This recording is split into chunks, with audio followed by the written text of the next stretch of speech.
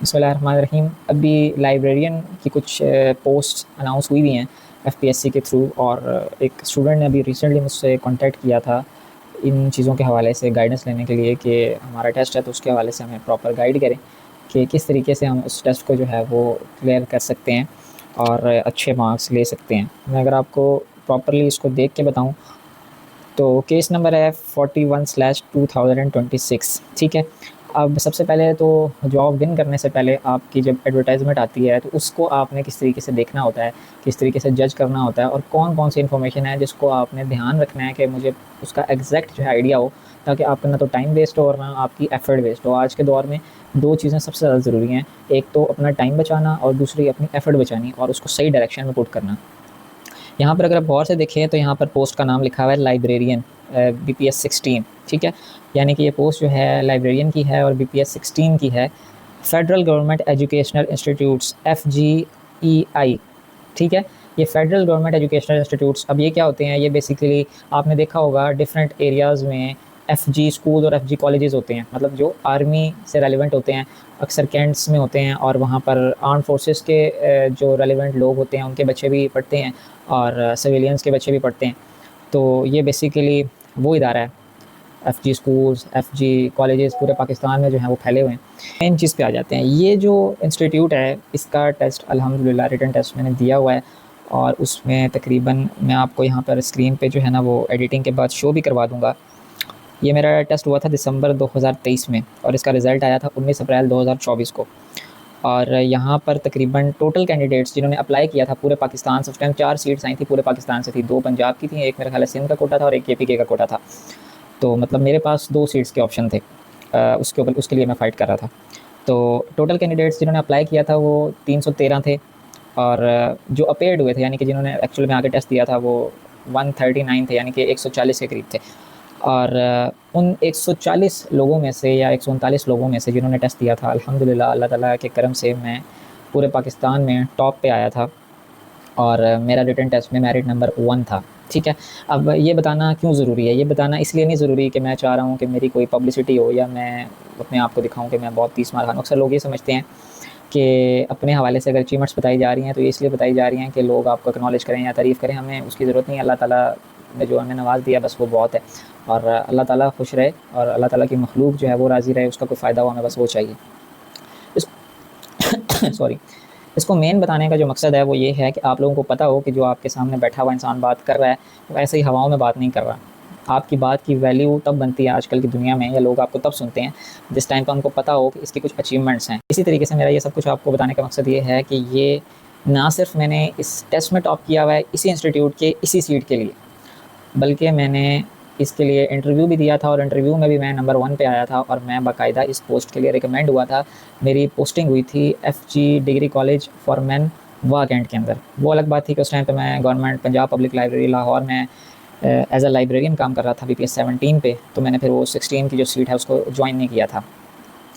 तो ये सारा प्रोसेस जब मैंने किया तो उसके एक्सपीरियंस से ही ये चीज़ें जो आज आपको गाइड करने लगा हूँ वो मैं बताऊँगा, और होपफुली वो आपके लिए जो है वो बेनिफिशियल होंगी। अब आ जाते हैं कि रिटन टेस्ट कैसे होता है और कितने कैंडिडेट्स जो हैं वो आपके अगेंस्ट होंगे, और मतलब अगेंस्ट से मुराद है आपके कंपटीशन में होंगे, और आपने किस तरीके से उस टेस्ट में अच्छा परफॉर्म करना है। देखिए, जो मेरा एक्सपीरियंस रहा है ना वो मैं आपके साथ शेयर करूँगा। फेडरल गवर्नमेंट एजुकेशनल इंस्टीट्यूट्स में जो लाइब्रेरियन की सीट के लिए टेस्ट आता है ना, वो टेस्ट बहुत ही आसान होगा उस इंसान के लिए जिसने अपनी बेसिक्स को कवर किया हुआ है। ठीक है, और उसके जो मेजर सब्जेक्ट्स अपनी फील्ड के हैं वो क्लियर हैं, मींस उनके कॉन्सेप्ट्स उसको क्लियर हैं, उसने उनको अच्छा पढ़ा हुआ है, तो वो ईज़िली उसको क्लियर कर जाएगा। देखें, PPSC की निस्बत FPSC में कंपटीशन थोड़ा सा टफ होता है, क्योंकि आप ऑलरेडी लॉजिकल सी बात है कि वो क्योंकि सिर्फ पंजाब के लोगों का होता है और ये पूरे पाकिस्तान से लोग यहाँ पर आके इसमें कम्पीट करते हैं, तो आपकी शॉर्ट लिस्ट होने के चांसेस जो हैं वो थोड़े से कम होते हैं। जैसे कि मेरा ख्याल वो एक सीट के लिए PPSC जो है वो 3 बंदों को बुलाता है। तो इन चीज़ों का आपको आइडिया होना चाहिए। उसके बाद जिस टाइम हमने टेस्ट दिया था, मेरा ख्याल है मैंने 2000 जैसे आपको बताया 2023 के दिसंबर में मेरा रिटन टेस्ट हुआ था और अप्रैल में इसका रिज़ल्ट आया था 2024 में। तो उस टाइम पे क्या होता था, नेगेटिव मार्किंग का कॉन्सेप्ट नहीं था। FPSC के जितने भी टेस्ट होते थे उसमें नेगेटिव मार्किंग नहीं होती थी, लेकिन अब जो है वो FPSC में भी नेगेटिव मार्किंग शुरू हो गई है। और मैंने अपने कोलीग से आज ये वीडियो बनाने से पहले कन्फर्म किया था, एक दोस्त है अपना, उससे, और उसने मुझे बताया था कि अब एफपीएससी जो है वो पीपीएससी की तरह ही एक एमसीक्यूज गलत होने पे 0.25 यानी कि 1 मार्क का चौथा हिस्सा जो है वो डिडक्ट कर रही है। अच्छा, पहले पॉइंट यही है, मैं इसी पे बात करूँगा कि इसके हवाले से हमें क्या करना चाहिए और हमारी जो है ना वो माइंडसेट इसके हवाले से क्या होना चाहिए। इसके हवाले से आपने एक छोटी सी चीज़ याद रख लेनी है जो कि आपके लिए फ़ायदेमंद होगी। मेरा मेथड क्या होता था और मैंने कैसे जो है वो इस टेस्ट को टॉप किया। देखें, अगर तो आपने मेरिट में आना है और आपने अच्छी पोजीशन गेन करनी है रिटन टेस्ट में, तो ऑब्वियस सी बात है आपने उसके लिए अपने आप को ज़्यादा से ज़्यादा चांस देना है ज़्यादा मार्क्स लेने का, ठीक है। और वो कैसे होगा, जब आप मैक्सिमम एमसीक्यूज़ को जो है वो अटैम्प्ट करेंगे। अगर आप मैक्सिमम एमसीक्यूज़ अटैम्प्ट नहीं करते तो ऑब्वियसली आपके चांसेस भी उस तरीके से कम होते रहते हैं। जैसे कि फॉर एग्जांपल 100 एमसीक्यूज़ हैं और मैं बीच में से 50 करके आ गया हूँ या 60 करके आ गया हूँ, तो देख रहे हैं कि 40 मार्क्स का तो खेल या 50 मार्क्स का खेल तो वहीं पे ख़त्म हो गया, और अब मेरी जजमेंट होगी उन 50 या उन 60 मार्क्स में से जो मैं करके आया हूँ, और उसमें से क्या 100 के 100% हमारे जितने आंसर हमने 60 या 50 लगाए हैं वो ठीक होंगे? नहीं होंगे। तो इसी तरीके से आपके जो चांसेस हैं वो कम से कम हो जाएंगे। तो इस डर को जो है आपने ज़्यादा सर पे सवार नहीं करना। पहला टिप मेरा ये है। इसमें एक छोटा सा रूल है जो कि आपने याद रखना है। वो क्या है, देखें, जो भी आपका रिटन टेस्ट होगा ना उसमें आप लोगों के 3 तरह के एमसीक्यूज़ होंगे। पहला, कोई ऐसा एमसीक्यूज़ आपका आएगा जो कि आप लोगों को 100% आता है, जो कि आपको श्योर है, जो कि आप पढ़ के आए हैं, जो कि आपको आता है। उसके ऊपर तो लॉजिकल सी बात है, आपने टिक कर लेना है, उसको अटेम्प्ट कर लेना है, ठीक हो गया।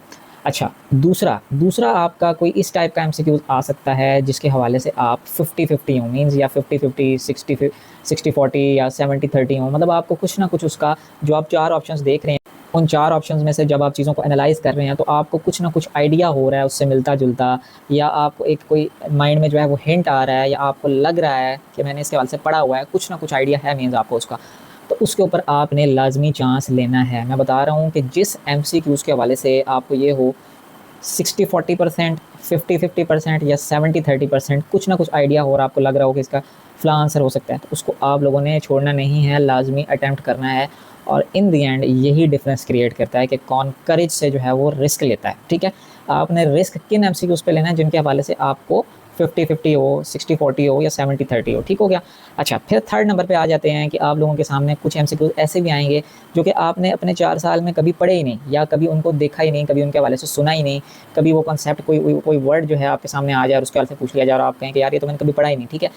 आपको 100%, देखें, इंसान हर किसी से झूठ बोल सकता है, अपने आप से तो नहीं ना बोल सकता। तो जब आपको एक चीज़ का पता चल गया कि यार ये मैंने कभी पढ़ी नहीं है, इसके हवाले से मुझे 0% आइडिया, ठीक है, तो फिर उस 0% के ऊपर आप रिस्क ना लें। अगर आपको लग रहा है कि यार इसका तो मुझे बिल्कुल ही नहीं पता, उसके ऊपर आप चांस ना लें। सोचने के बाद, रीजनिंग करने के बाद, याद करने के बाद, या इवन देखते ही पता चल गया कि यार ये मैंने तो पढ़ा ही नहीं है तो याद कहाँ से आएगा, तो ऐसे एमसीक्यूज़ पे बेशक आप फिर चांस जो है वो ना लें, ठीक है। लेकिन इसमें यही है कि मैक्सिमम एमसीक्यूज़ आप तब अटेम्प्ट कर सकते हैं, या वो जो मैंने आपको मिड रेंज वाले एमसीक्यूज़ का बताया है 60-40 वाले का या 50-50 वाले का, उसको अटेम्प्ट करने की करेज आपके अंदर कैसे आएगी, वो तभी आएगी जब आप अच्छी तैयारी करके जाएंगे, ठीक है। तो ये तो मैंने क्लैरिफाई कर दिया कि अक्सर बच्चों की ये कन्फ्यूजन होती है कि इन एमसीक्यूज़ के हवाले से क्या करना है, कि नेगेटिव मार्किंग होती है तो मैं क्या करूँ और क्या ना करूँ, ठीक हो गया। मैं आपके साथ प्योरली अपना एक्सपीरियंस शेयर कर रहा हूँ, और अगर कोई भी बंदा इस हवाले से, इस टेस्ट के हवाले से इस मेथड को अडॉप्ट करता है तो अल्टीमेटली उसको ना सिर्फ एफपीएससी में, इसके अलावा भी कहीं पे भी लाइब्रेरियन की कोई पोस्ट आती है, पीपीएससी में आए, किसी यूनिवर्सिटी लेवल पे आए, अगर आप इस मेथड के साथ तैयारी करते हैं तो आपका सक्सेस रेशो इंशाल्लाह 90 to 100% होगा। और ये बंदा वो बात कर रहा है जिसकी 1 साल के अंदर 5 रिकमेंडेशंस हैं, including FPSC, including PPSC, including university of Sargodha या और यूनिवर्सिटी लेवल पे। और मैंने जितने रिटन टेस्ट मैंने क्वालिफाई किए हैं, अभी तो ये सिर्फ मैं आपको वो बता रहा हूँ जो पूरा प्रोसेस कंप्लीट करके मेरी रिकमेंडेशन हुई है 5। रिटन टेस्ट तो मैंने 10 से 15 जो हैं वो अल्हम्दुलिल्लाह क्लियर किए हुए हैं, और मैं 1, 2, 3 नंबर पर आया हुआ हूँ, ठीक है। तो इन सारी चीज़ों को बताने का मकसद ये है कि आपको पता चले कि ये जो मैं बातें कर रहा हूँ ये उन्हीं 10-15 टेस्ट जिनमें मैंने टॉप किया है, और जो 5 रिकमेंडेशंस मेरी हुई हैं, जो विन्स मेरी हुई हैं, उनकी बेसिस पे मैं ये बातें आपको बता रहा हूँ, ठीक है। अच्छा, अब मेन चीज़ पे आ जाते हैं कि इसका जो मेथड है वो क्या होगा तैयारी करने का। मैंने आपको बता दिया कि 20 इंग्लिश के एमसीक्यूज़ हैं, वही जो मेन चीज़ आती है सेंटेंस स्ट्रक्चर है, उसके ऊपर आपने पढ़ लेना है सेंटेंस स्ट्रक्चर क्या होता है। और कहीं पे जो है वो आपको ग्रामर यूजेज का कह देंगे, इज़, एम, आर लगाने का, what is the time on your watch, what is the time by your watch, तो आपने सही ऑप्शन पर टिक करना होगा, what is the time by your watch. इस तरह करके बेसिक इंग्लिश के क्वेश्चन आएंगे, उसके हवाले से आपको परेशान होने की ज़रूरत नहीं है। अच्छा, अब ये जो आप लोगों का पार्ट 2 है जो कि मेन पार्ट है 80 मार्क्स का, जो कि आपका प्रोफेशनल टेस्ट होगा। उसके हवाले से उन्होंने आपको सिलेबस बता दिया है। लाइब्रेरी के रूल्स प्रोसीजर्स, यानी कि लाइब्रेरी में रूल्स रेगुलेशंस क्या होते हैं, बेसिक उनके जो सर्कुलेशन के जो रूल्स हैं, फ़ाइन जो है उसको माफ़ करना या बुक इशू रिटर्न करना, उस तरीके से जब आपको रूल्स पता हों, और उसके अलावा रिसर्च मेथड्स के हवाले से, और इस तरीके से उन्होंने कुछ पार्ट्स दिए हैं। मैंने इस हवाले से अपनी भी की बनाई हुई है, और वो की भी मैं आप लोगों के साथ साथ स्क्रीन पे शेयर कर दूँगा। अगर आप उस की को फॉलो करते हैं तो आप हर किस्म का टेस्ट जो है वो इंशाल्लाह क्लियर कर सकते हैं। अब देखिए, मेन जब कोई टेस्ट आता है ना इस तरह का, तो बच्चों का ये सवाल होता है या स्टूडेंट्स का ये सवाल होता है कि हमें कोई एमसीक्यूज़ बैंक रिकमेंड कर दें जी, और हमें नोट्स रिकमेंड कर दें या नोट्स शेयर कर दें जो आप पढ़ते थे, ठीक है। अब एक चीज़ है जो कि मैं आपके सामने एक्सप्लेन करूँगा, अगर आप उसको समझ गए, ना आपको किसी एमसीक्यूज़ बैंक की ज़रूरत रहेगी, ना आपको किसी जो है ना क्या कहते हैं नोट्स की ज़रूरत रहेगी, और आप खुली और अच्छी तैयारी कर सकते हैं। जस्ट आपके पास एक इंटरनेट कनेक्शन होना चाहिए, एक लैपटॉप, एक मोबाइल होना चाहिए, और आप अच्छी तैयारी कर लेंगे। अब मेरी बात ज़रा और से सुनिएगा। सबसे पहले तो हमारा मेथड क्या है कि हमने सबसे पहले अपने मेन एरियाज़ को हाईलाइट करना है जिनके हवाले से हमने तैयारी करनी है। अच्छा, अब वो मेन एरियाज़ मैंने आइडेंटिफाई कर दिए हैं, मैं आपको स्क्रीन पे साथ चला भी दूँगा। सबसे पहले है history of libraries and prominent library professionals. पहला एरिया हो गया लाइब्रेरीज़ की हिस्ट्री, प्रोफेशन वाइज, उसके अलावा एज अ प्लेस, और उसके जो बड़े बड़े प्रोफेशन में नाम गुजरे हैं या अभी भी मौजूद हैं, अल्लाह ताला उनको सलामत रखे, उनके हवाले से आपने पढ़ना है। सेकंड एरिया है आप लोगों का इंफॉर्मेशन लिटरेसी का। ये मोस्ट इंपॉर्टेंट है, और अक्सर एफपीएससी पीपीएससी के टेस्ट में मेन चीज़ें आ जाती हैं, जैसे कि इंफॉर्मेशन लिटरेसी की टर्म किसने सबसे पहले इंट्रोड्यूस करवाई, पाउल ज़ुरकोव्स्की हो गया 1974 में। इस तरीके से क्वेश्चंस आ जाते हैं। उसके बाद थर्ड नंबर पे आप लोगों का डिजिटल लाइब्रेरी। डिजिटल लाइब्रेरी एक मेजर एरिया है हमारी फील्ड का, उसको भी आपने कवर करना है। उसके बाद है ऑनलाइन इन्फॉर्मेशन रिट्रीवल, ये भी डिजिटल लाइब्रेरी से रेलिवेंट है, मिलता जुलता है, इसको भी हमने कवर करना है। लाइब्रेरी ऑटोमेशन, यानी कि कोहा, इंसिग्निया, इस तरह के जो सॉफ्टवेयर्स हैं हम यूज़ करके लाइब्रेरी के फंक्शंस को ऑटोमेट करते हैं, उसके हवाले से आप लोगों ने पढ़ना है, ये भी एक एरिया है इंपॉर्टेंट। उसके बाद information services and sources, library जो है वो कौन सी इंफॉर्मेशन सर्विसेज जो है वो यूज़र्स को प्रोवाइड करती है, जैसे कि रिसर्च सपोर्ट सर्विस है, उसके बाद आपके आ जाते हैं रेफरेंस सर्विस है, इस तरह की जो सर्विसेज हैं उनके हवाले से आपने पढ़ना है। लाइब्रेरी में जो रिसोर्सेज होते हैं वो कौन से हैं, उसके हवाले से आपको मतलब मेन रिसोर्सेज का पता हो, उनकी डेफिनेशन, उनका मेन कॉन्सेप्ट आपको क्लियर हो। उसके बाद क्वालिटेटिव रिसर्च क्या होती है, अक्सर हम क्योंकि जिस टाइम एमफिल कर रहे थे उस टाइम पे हमने पीपीएससी और एफपीएससी को अटेम्प्ट करना शुरू किया था, मैंने और मेरे कुछ दोस्तों ने। तो हम ना बड़े जब टेस्ट देते थे तो उस टाइम बड़े परेशान होते थे, मतलब हमें उससे बड़ा कंसर्न होता था। हम कहते थे यार हम तो चले रिसर्च के स्टूडेंट्स हैं, तो हमें रिसर्च के क्वेश्चन समझ आ जाते हैं। बीएस लेवल पे उस तरीके से रिसर्च नहीं पढ़ाई जाती है, और अगर पढ़ाई भी जाए तो बच्चे उसको इंटरेस्ट से पढ़ते नहीं हैं। लेकिन आपको एक हकीकत बताऊँ कि चाहे एफपीएससी है चाहे पीपीएससी है, किसी भी रिटन टेस्ट को आप चले जाएंगे ना, चाहे किसी यूनिवर्सिटी के रिटन टेस्ट में चले जाएँ, रिसर्च जो है आज के दौर में एक इम्पॉर्टेंट सेगमेंट है किसी भी टेस्ट का।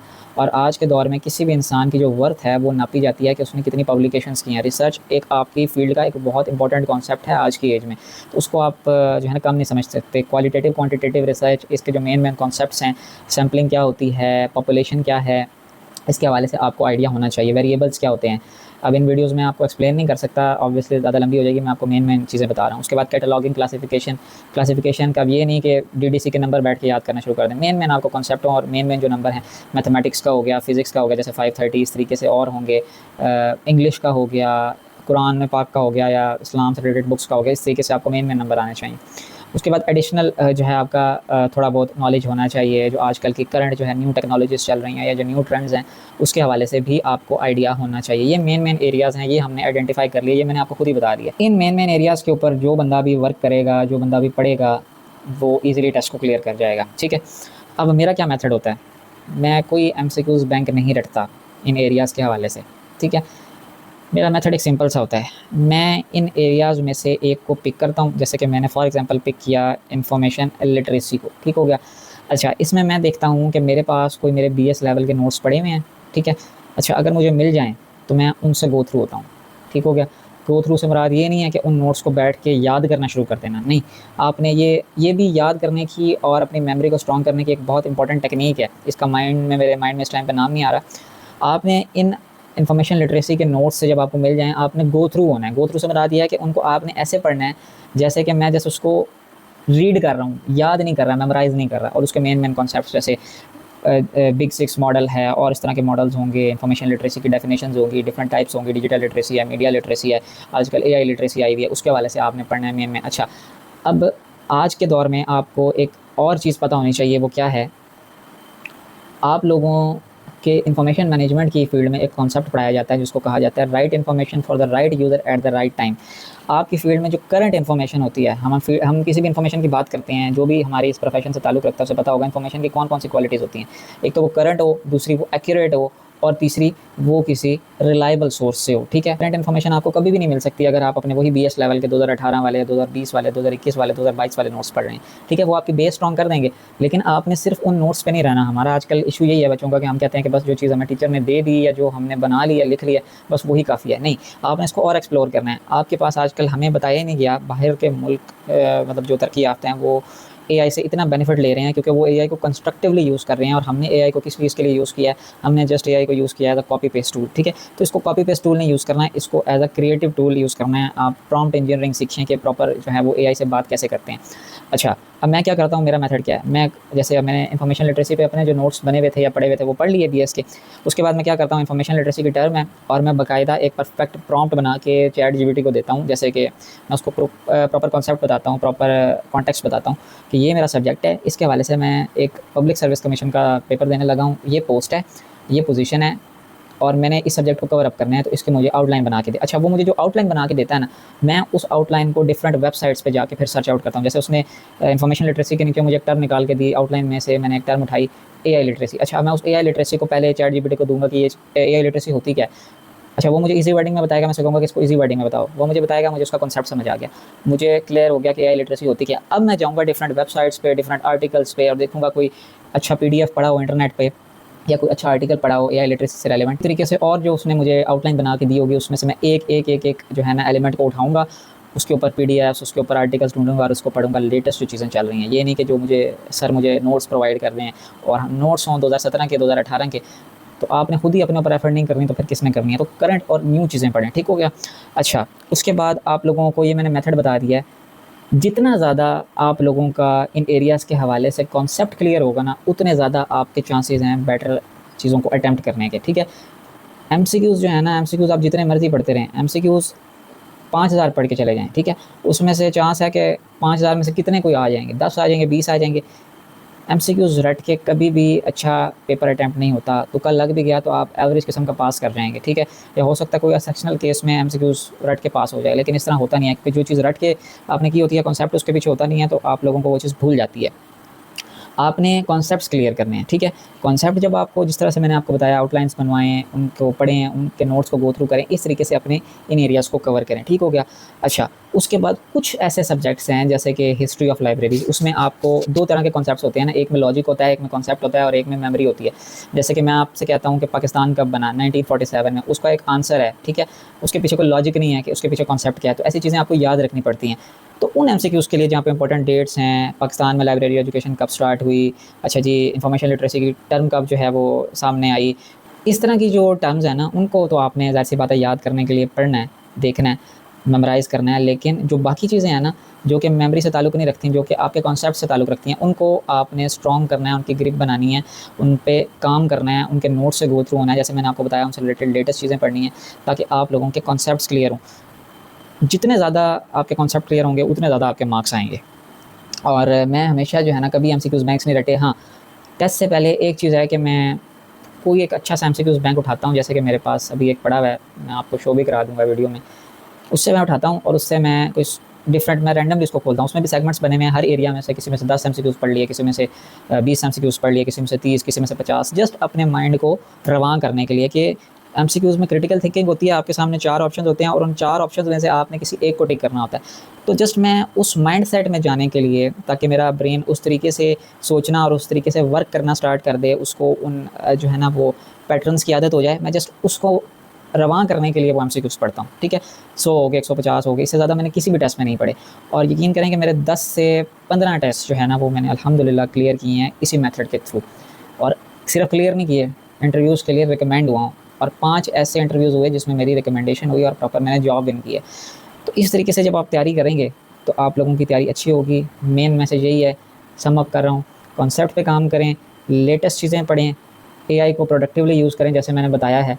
बाकी मेरी दुआएँ आपके साथ हैं। मैंने कोशिश की है कि इस वीडियो को थोड़ा-सा लंबा कर दूँ, लेकिन बच्चों को एक दफ़ा ही बता दूँ। तो ये अगर अपने किसी क्लास फेलोज़ के साथ आप शेयर करना चाहते हैं तो उनके साथ भी शेयर कीजिएगा। बाकी मैं कोशिश कर रहा हूँ कि इसके ऊपर प्रॉपर एक चाहे ज़ूम पे हो जाए, किसी ऑनलाइन प्लेटफ़ॉर्म पे हो जाए, एक ट्रेनिंग करवा दूँ, जिससे हमारे बच्चों का फ़ायदा हो जाए। उसके ऊपर मैं काम करूँगा। अभी इंटरव्यूज़ कैसे देना है वो भी आगे एक प्रोसेस है। एफपीएससी का जो ये मेरी रिकमेंडेशन हुई थी फेडरल गवर्नमेंट एजुकेशन इंस्टीट्यूट्स में, इसमें मेरा इंटरव्यू कैसा हुआ था, कौन-कौन से क्वेश्चंस हुए थे, ड्रेसिंग के क्या मामलात होते हैं, इंट्रोडक्शन कैसे प्रिपेयर करना होता है, इसके हवाले से भी मैं एक वीडियो बनाऊँगा, जिसमें मैं आपको इंशाल्लाह डिटेल में बताऊँगा। बाकी तैयारी करें, पढ़ें, मेहनत करें, अल्लाह ताला इंशाल्लाह आपको उसका सिला देगा। अल्लाह हाफ़िज़।